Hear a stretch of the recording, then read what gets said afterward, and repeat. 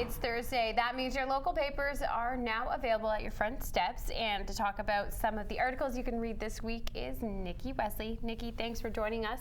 Why don't we first take a look at what's happening up in Milton? I know you have a really interesting story about a young girl up there who's really looking for some answers. Absolutely. So Stephanie Bartlock has been dealing with an undiagnosed illness for the last 10 years. She's actually in her 30s now, and she's in chronic pain.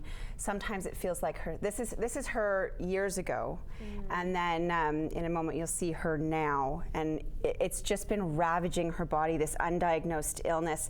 It feels like her skin is on fire. Sometimes she has trouble swallowing. Biopsies have revealed that her nerves are disintegrating. So she's been looking for answers for years. She wasn't taken seriously because they weren't outward symptoms.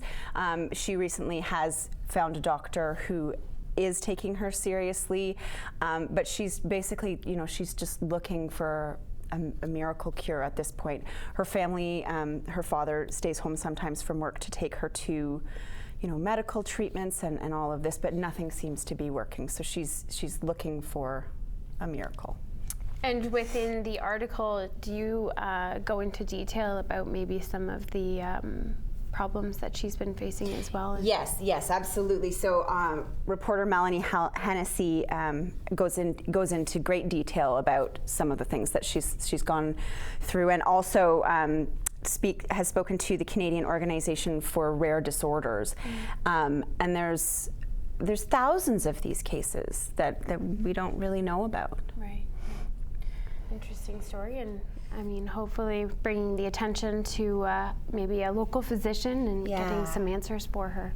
Yeah, absolutely. Great. Now, as we head around the region, we jump into Oakville, I believe, and we talk about an amazing story there. So recently, unfortunately, Reverend Peter Waters passed away, and now he was the pastor at St. Andrew's Church. There he is there. And there he is there, lovely, lovely man. I met him a couple of times, but he has a remarkable story that David Lee outlines.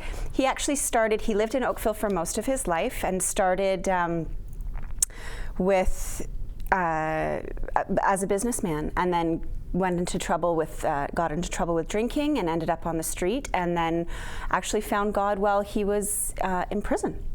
Wow. Yeah, and then came back to Oakville and basically started his life anew and became a pastor and helped people for 40 years and helped people in AA, and just a remarkable, remarkable man, and a great story by David Lee in the Oakville Beaver. Absolutely, and especially with the new year and people setting intentions for the new year, what a great motivating story to learn.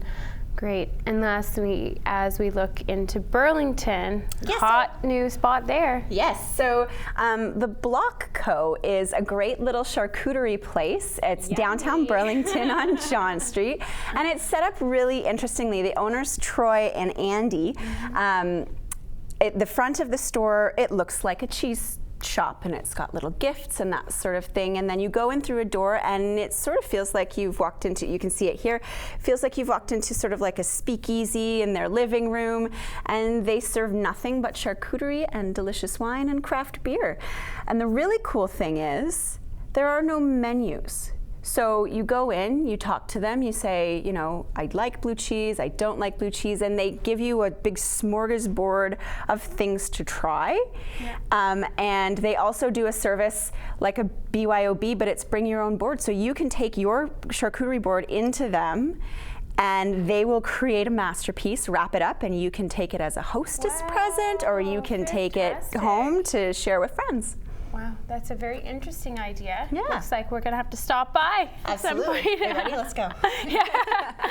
Alrighty, well, thank you very much for joining us here today. Again, just some details into the amazing articles you can read in this week's papers across the region. Now, you can check them out online as well by going to Metroland's website, InsideHalton.com, and make sure you check them out. They've got live updates as well on their Facebook and Instagram pages.